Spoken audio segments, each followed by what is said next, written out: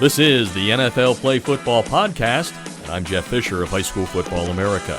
The NFL celebrates youth and high school football year-round through camps, activities, NFL flag, and tackle leagues. The Play Football Initiative provides a fun and engaging experience for players of all ages and skill levels, equipping young people with key life skills that are building blocks to success on and off the field.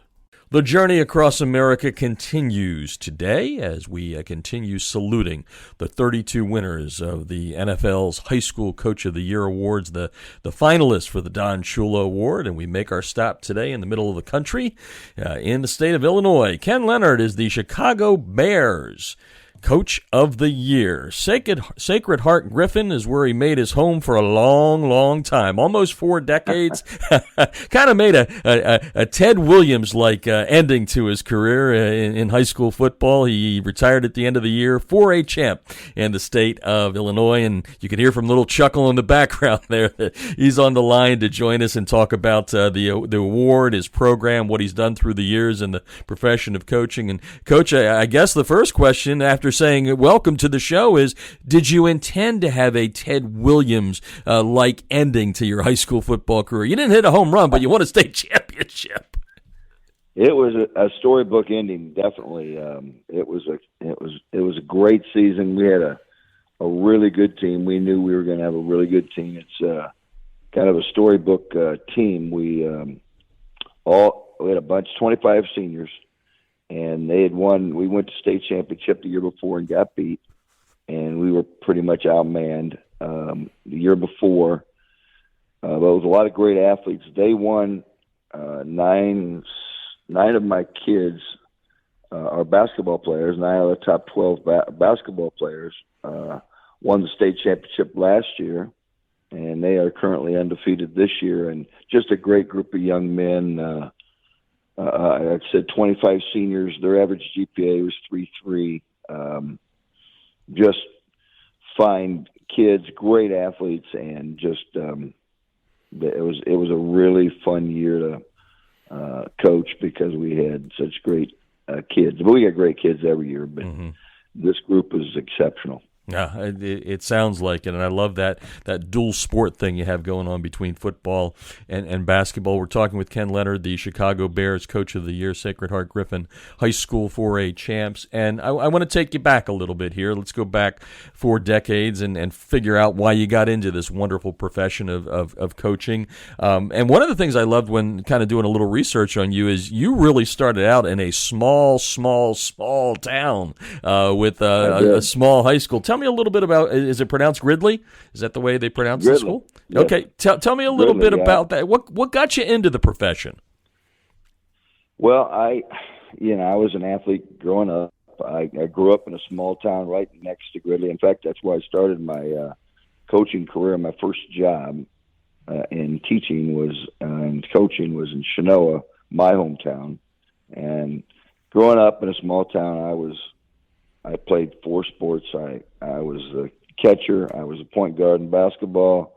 I was a quarterback, and I ran track. And it was just so we did everything. I love sports. I knew right away. I come from a family of 6. My dad owned grain elevators, and he thought that we, were going to take over the business and have his sons take over the business. And I had no interest in that. I loved what my dad did. My dad taught us very early on, hard work, be good people, and and those were the things. We went to church every Sunday and all that.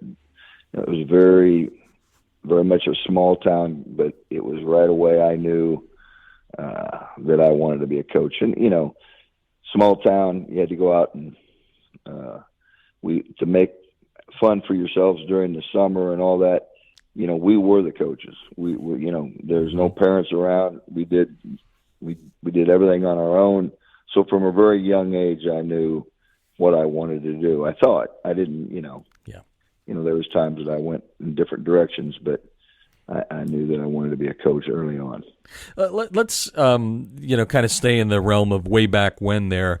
And I've had the pleasure through my almost 5 decades of interviewing coaches in high school football to know that when you have a lifetime record of 419 and 81, you might remember a few of those 419, but you sure remember the 81. So I sure do. So the question to you is, and this it doesn't matter the school you were at, but as you went on to become Illinois' winningest football coach, my question is, was there a game or something you did wrong that you really learned a lesson from that made you into the coach that you were? That whole, you learn more from losses and doing things wrong than you do from wins and doing things right. So did you have any aha moments like that back in the day? Well, I probably had a lot of them. But one of the first ones was at Gridley. And back then, that was 1982. We had a really good team. And, again, a school of 100 kids, but we had some players. It was a fun group. It was me and one other coach. And so you did everything. But I thought, okay, and back then it was hard. You work hard, you practiced hard. It was full contact, everything. Well, in Illinois, you played on a Wednesday was the first playoff game, and it was really hard to get into the playoffs back then. You had to be conference champs or 8-1 to get in, I believe. So it was really hard, and there wasn't a lot of people in the playoffs. So we got into playoffs, and Gridley hadn't had a winning season in years. That was my second year there, I believe, or third. And anyway, we played the number 3 team. We were the number 1 team at that time in rankings, and we had to go across the state and play them on a Wednesday night. Well, being thinking like I thought back then, we have to work. So I had a double session the next day. I walked, Yeah. Yep. It was like, and then Saturday we played a team that wasn't quite as good. Well, guess what? We had nothing left because good old coach probably took it out of them, and just things like that, and we didn't. But you look back on things and you learn, and you either you learn or you get out or you lose, and that's the thing I've found. And one of the things I've found being a coach and most successful people, everybody, including whether you be an announcers or business, the people that know what they don't know are the people that usually are the most successful and that are honest with themselves. Mm-hmm. And then you learn from those, just like that question you had me right there. Yeah, I learned from that time. Okay, now I got to do something different. Yep. And if you don't, then you keep making the same mistakes over and over again, and with the same results, and nothing changes. And you make it 3 years instead of 43 years in the profession. Ken Leonard is on the line. The Chicago Bears Coach of the Year, Sacred Heart-Griffin. We're going to talk about your move there in a second. But another thing that I love when I get people like yourself that have been around a while, I'm not saying you're old because I'm old. I told you my age already. But that's okay. I'm older than you, and that's all right. So I'm a youngster now. I feel a little younger today. But the beauty of the game of football is, it changes, but a lot's borrowed in the game, right? There's not many original offenses or defenses. It might be a little tweak here and there. So as coaches, I know that you get to meet people along the way that influence you, and you kind of grab a little of this, grab a little of that. So who are some of the people that you met young, in your younger life that made an impact on you in the coaching profession? Did that little borrow, little steal, little whatever you want to call it? Well, you know what? I like to, my high school coach, Ed Thomas was very influential in my career. John Elizic, one of my college coaches, and they both did things a little different, so that was good. And so that was kind of my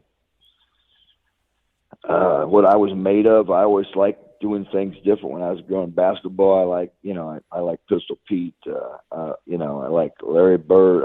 Watching them. Doing things different and not just being exactly just exactly what everybody else is doing.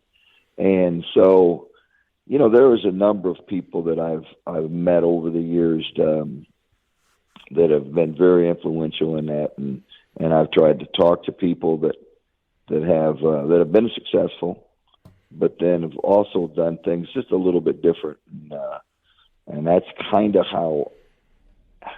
I didn't give you one person, but there's been a lot of people, and that it's just my mindset.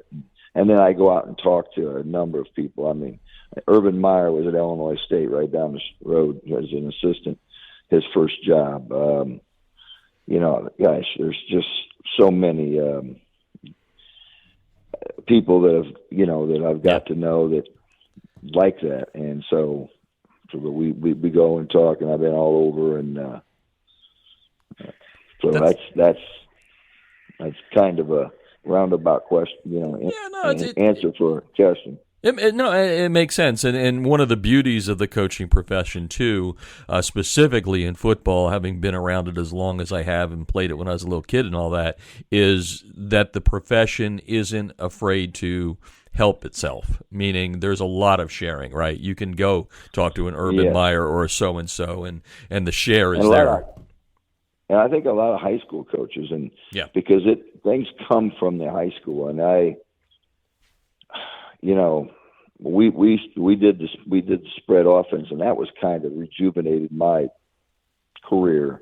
And when we started doing things, the polecat, we've done some crazy offenses, and we've always tried to be just a step or two ahead of everybody, and we have been a little bit in that way, especially offensively. And but we went to the spread way back in the late '90s, and from 2000 on, we've done it totally, and that's been kind of our trademark. Well, I love the Pistol Pete name being dropped there. I'm a huge Maravich fan. I met him when I was a teenager, which was very, very cool. But talk about a guy that reinvented how the game was, and it sounds like you did the same thing. Tell us about the transition then from the little town of Gridley over to Sacred Heart-Griffin.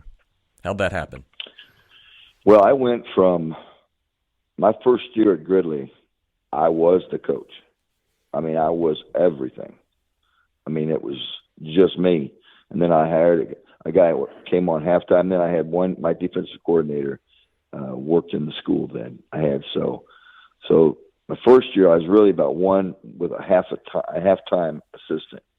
And then I had 1.5 coaches to help me. And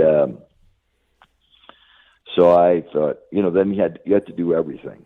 So that was not easy, but it was great because I learned how to teach my kids how to be coaches on the field, my seniors, and they had to, take some, as far as practicing and stuff. And we did the daily drills and the breakdowns and all that. So we practiced just like a college would almost, but using a lot of my players as coaches. I was the one person, but trying to make it big time in a small town area.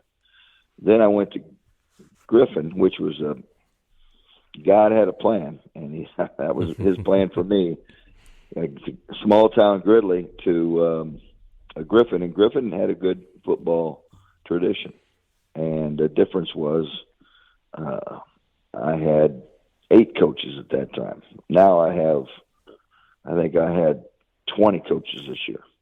So it goes. I had more assistants. Here's the great story is I have more assistants my last year than I had players my last year at Gridley. Love it. The truth. That is the truth.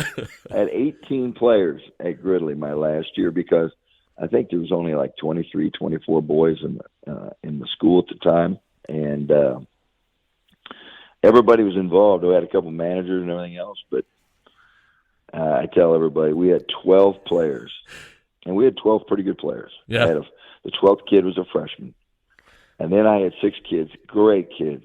And they just wanted to be a part of the program, and they couldn't play dead in a cowboy movie. They were great kids, though.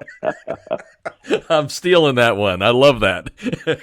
They couldn't play dead in a cowboy movie. Let's talk about your staff and some of the guys on this championship team. I mean, you've been around a long time. We can't get every name that you've met along the way, but you obviously win an award like this. But as I've said to each and every coach that I've been interviewing over the last couple of weeks, it's a partnership award, right? You can't do it without players, without assistants, et cetera, et cetera, et cetera. So brag a little bit about the guys that helped you there, especially the guys that probably have been with you more than a year or two. Get them in by name and salute them for what they did as part of this championship season. For sure. Jim McMahon has been with me the longest. He played for me. He was on my first teams when I came to Griffin. And so I've known Jimmy. I went to his wedding, got, all of his kids. I mean, he's almost like a son to me. He's a fireman. He's my defensive coordinator, been with me since 1991. So he's been a long time with me. And, and that's what my staff is made up of, a lot of ex-players that have come back to coach with me. Because again, like I told you, going back to Gridley, it's the same thing. That's one of the things I say is I want my players to be involved so they understand. And then you become really great as a player. And that's what we try. And then the good ones, then a lot of them come back and, if they're in town, a lot of them come back and coach with me. John Allison is my offense coordinator. He's going to be the one taking over. He's been with me since 2005, 2004. So he's been through all the state championships. He is taken over as our play caller a few years ago, but he's been right beside me in the development of the offense. And again, we have, so he has been a big, big part. Very sharp, very smart young man. And now he's got a family, and his son will be here, coming to school here for, the next couple of years. And he's got a daughter that's going to be in high school now. So he's really, really sharp, and he's done very well. Neil Taylor is my special teams coach. He was a head coach at one of the public high schools in town. Got let go. I picked him up. I knew he was a good coach, and he's been with me. And that's the other thing. I got a lot of ex-coaches that may have not made it at another school for one reason or the other. Mm-hmm. And I knew that they were good. And I asked them if they wanted to come over, and Neil did. Neil's been with me for a long time. And so he was special. And I've had so many of those guys. I've had, which a lot of them have passed away now, unfortunately. Yeah. Teddy Wise was a great defensive line coach for me for years. And he's a good friend of mine, and he's the same age as me. And John Sawinski, a Hall of Fame coach from Springfield High. And he passed away, I think, several years ago, but great line coach. Chad Anderson is our line coach now. He was under Coach Sawinski, so he learned a lot of the stuff. So I like that traditional. I like guys they learn stuff, and then they just carry it on. So nothing's, there's things going to change in our program, but a lot of things are going to be the same. Almost all my staff is staying together. Beautiful. Doug Martin was with me, and then he left and went to college, and then he came back. Him and John played together in college. Played with my son Derek. That's a pretty good coach too. He's won 8 out of the last 11 state championships at Rochester. So. I was going to say, I was going to bring that up, but you did. Unfortunately, we have to play each other too. So. Well, and there's some epic games there. I would think so. That's the beauty of high school football, right? The guys that play in a program and then come back and give back and all that. Ken Leonard on the line, yes. The Chicago Bears Coach of the Year. Coach, what makes a good coach? And I'm not just talking about you, but what makes a good coach? Like when you're looking to add maybe a new assistant or something through the last couple of years, what do you look for when you're trying to find the next guy to come on your staff? What makes them special? What is it? Something you can teach? Does some of it have to be innate? What are your thoughts on that? Well, I think first of all, willing to put the time and effort in. That's number one. I think you have to be, and the love of the game, and then the love of the kids. I mean, I think those are really things I look for, and I look for guys that are sharp, but don't think they know it all. Right. Just like we talked about. Mm-hmm. Show me the people that can know what they don't know, and then you can have yourself a great coach or a great teacher or great anything. You got to be a good teacher, and as a coach, you got to be able to. And so I look for people. For me, my staff, I look for different personalities. I don't want all the same personalities. I want different personalities. I want people that can relate to different kids in different ways. And so we have a mentoring program where I try to put a coach with 5 players, and throughout the year they're with them all year, and they got to talk to them every week at least once. It sounds like it's not a lot, but at least once about what's going on, so that we have everybody is mentored, not just through the football season, but throughout the whole year. And and I have people that are better in certain things, and I got I want different styles, different people that want to learn, and people that are people persons, that where they can relate to people. And that's because if you can't relate to people, now I'll take a guy that's really smart in computers and really good technically, that's what they want to do. Great. Mm-hmm. We'll put you to work there, and try to plug them in spots where they can help the program. I want to go back to your son Derek and the success he's had. It took me back when you said that and kind of changed my question. I was going to ask you. I had the pleasure of, in Pennsylvania where I grew up, of knowing Mike Pettin Sr. and Mike Pettin Jr., who's in the NFL as a coach now, and watching them go head-to-head against each other. And, boy, those were some dandy battles, and got a lot of fun quotes out of that. My question is this. What's the best advice you gave your son about the coaching profession? Well, what I told him was quality of life, and as far as coaching profession is, if this is what you love, everybody's telling him he needs to go to college and be I've got coaches. I got Brendan Daly's with the Chiefs. He's been to 5 out of the last 7 Super Bowls. Kenny Burns is the new head coach at Kent State. I've got coaches all throughout everywhere. But Derek's as good as anybody, and he could be at the highest level. Very good offensive mind, and very, very successful. Probably the successful public school coach in the state of Illinois right now, and during this time. Mm-hmm. And but I said, he's got a family. I said, quality of life. So what do you want to do the rest of your life? And what do you want, and how do you want? And he's taking that to heart, I think, and he's staying right there in Rochester and building a great name for himself, but also a great program and raising a great family, and it's been fun. But he was around football. I didn't have to tell him too much because since he's been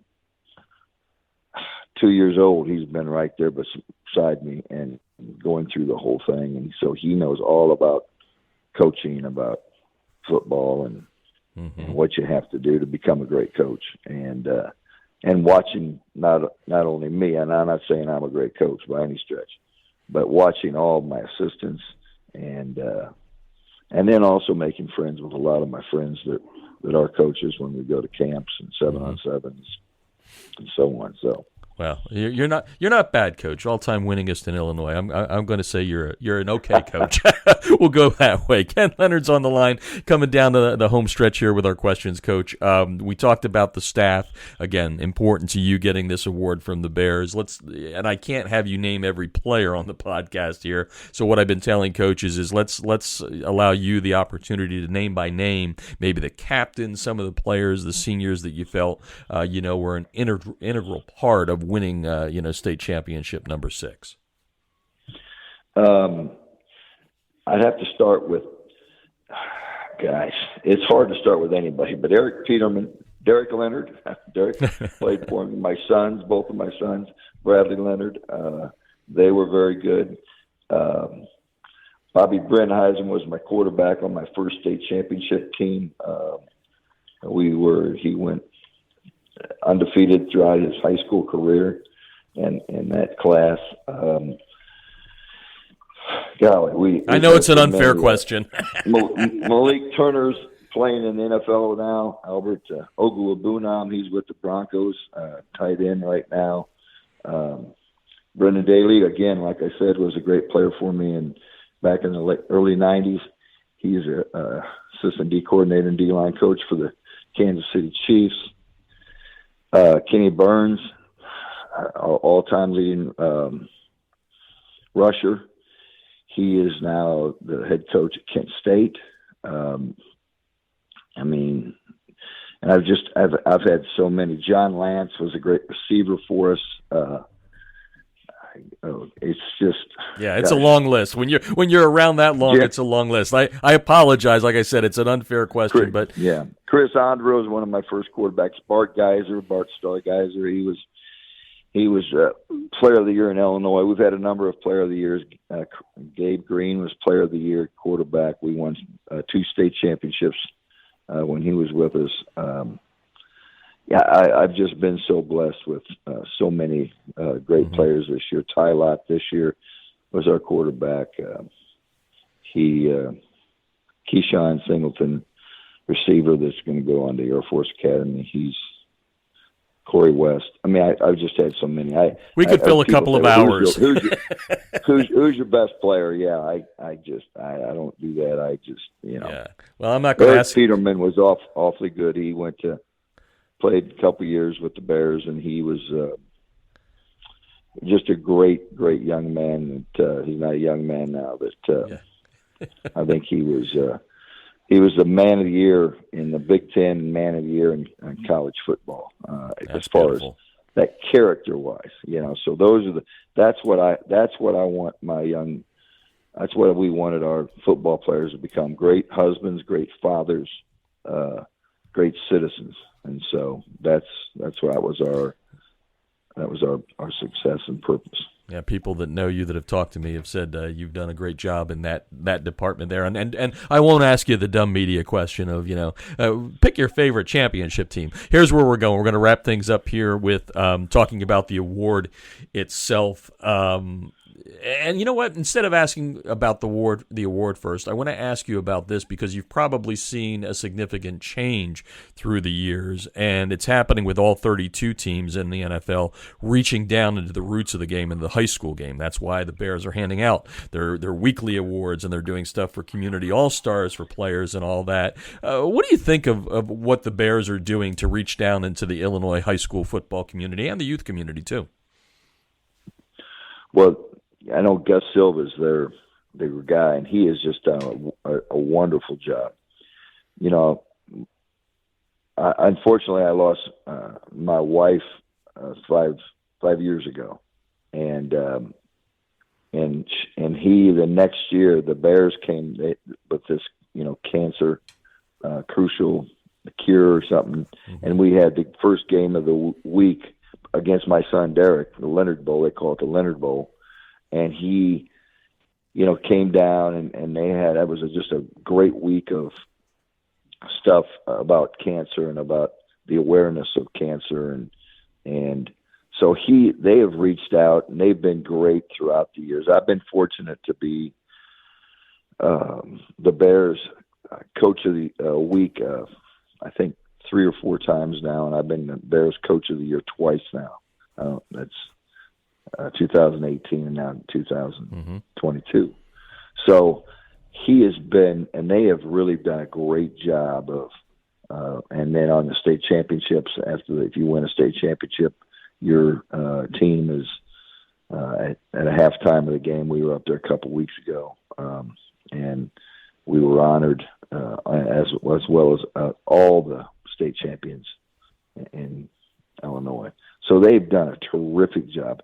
I know Derek was in there 7-on-7 or 11-on-11, they call it, a contest in the summertime. They have probably 50, 60 teams participate, reaching out to the high schools in the summertime, So they get out, and I know that the coach or the players do a great job. Matt Eberflus, I've known him since he was an assistant at actually Toledo and then Missouri. So he has got roots into the high schools, and they're just very open and very helpful with the high school coaches in Illinois. Yeah, it's a wonderful evolution that I've been watching through the years. And Coach, first, my heart goes out to you, my prayers go out to you with the loss of your wife, and it made me think that I'm having you salute your assistants and your players. But the assistant coach, the best assistant coach for years prior to her going to the Lord, is what she did with you. Can you give her a little shout out here about what she meant to your coaching career? Yeah, she was great. She allowed me to do what because you've been around football, it takes a special wife to allow you to the time away. And now the Lord has given me another one. I met my wife now that we're down here in Florida, and we've retired now. And she lost her husband 3 weeks after I lost Liz. And she's been an unbelievable. She was a a grade school teacher for 36 years. And now the Lord's given me her. So yeah, with Liz and now with Angie. And I've been blessed. And you have to have that. I mean, you do, because I see so many coaches that say they get out of it because of their family. Well, they get out of it because their wife says, no, we're not going to do this anymore. It's either me or you. And thank God that I had a wife that, and I have a wife now that was so understanding and helped with everything that we went through. Yeah, because we sure didn't make a lot of money at it. No, you never want to divide the hours into the pay. No, but I wouldn't change anything. I tell people that I never went to work a day in my life because I loved what I was doing. So I feel the same way. I truly say that, and it's and the other thing with Liz is that. The thing is, just like you said, she knew the Lord, so I know where she's at, and that's the other thing that we put first in our program is Jesus Christ, and we're not ashamed of that. Romans 1:16. So I agree 100%. Amen on that. Last coach question for you here. It's the one that I always say everybody's going to break out the coach speak on, which is how does it feel to win the award? But what I'm going to do is I'm going to kind of couple it so you can get out of that one pretty quickly with the question that I've been giving everyone, which is this: your name is now bandied around with Don Shula. You're a finalist for the Don Shula NFL High School Coach of the Year Award. How does it feel to have your name in the same sentence with a legend like that? I think it's great. I love it. I guess that's why we get into this profession. I mean, we love what we do, and you know what? Yeah. Again, I started at the school with the smallest number of enrollment playing football, and end up with the Coach of the Year of the Bears, and with my name with the Don Shula. That's quite the honor. So never dreamed of anything like that. Never dreamed of all the other stuff that's came along with over the years. But you know what? You just go out and you work hard, and you love the kids, and you try to make a difference in their lives. And you have done that for well over 4 decades there. And as we go away here, I just want to thank you for taking the time out of your retirement the enjoyment that you're having there right now to talk about the award and talk about high school football. These all of these interviews have been fun. There's a little nugget I take from every coach, but I also say going away, in addition to thanks for taking the time, thank you for giving of your time to all the great student athletes that have come through the doors of the schools that you've coached at. That means a lot. You're making a difference in the world, and we thank you for doing that and spending as much time in the great coaching profession as you have. So congratulations on the award. Thank you for your time today. I really appreciate getting a few moments here to learn about who you are, and that means a lot to me. So thanks for joining us tonight. Well, thank you very much. That's the NFL Play Football Podcast. Coaches, don't forget to check out playfootball.nfl.com for some great resources to help you improve in the coaching profession. I'm Jeff Fisher of High School Football America, and you've been listening to the NFL Play Football Podcast.